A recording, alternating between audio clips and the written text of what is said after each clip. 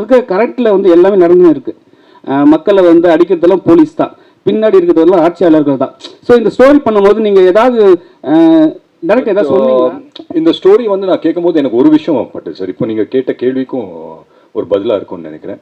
இந்த உலகம் வந்துட்டு ஒரு உலகம் தான் சார், நம்ம எல்லாருமே வாழ்றது. பட் பெர்ஸ்பெக்டிவாக பார்த்தீங்கன்னா 3 உலகத்தில் இருக்கிற மாதிரி இருக்கும். ஒன்று நான் பார்க்குற உலகம், என் பெர்ஸ்பெக்டிவ்ல எனக்கு தெரிகிற உலகம். ஒன்று உங்கள் பெர்ஸ்பெக்டிவ்லேருந்து தெரிகிற உலகம். பட் ரியாலிட்டி என்னன்னா 2 பேரோட ஒரு காமன் பாயிண்ட் ஒன்று மீட் பண்ணுறோம் சார், அதுதான் ரியாலிட்டி, அதுதான் நிஜம் உலகம். ஸோ வந்துட்டு இங்கே யார் சார் தப்பு, யார் கரெக்டு? ஸோ யூனிஃபார்ம் போட்டவங்க எல்லாமே கரெக்ட் அப்படின்னு கிடையாது.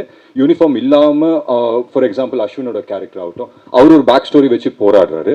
ஸோ அவர் பெர்ஸ்பெக்டிவ்ல பார்க்கும்போது அவர் கரெக்டாக இருக்காரு, என் பெர்ஸ்பெக்டிவ்ல பார்க்கும்போது எனக்கு கரெக்டாக படுது.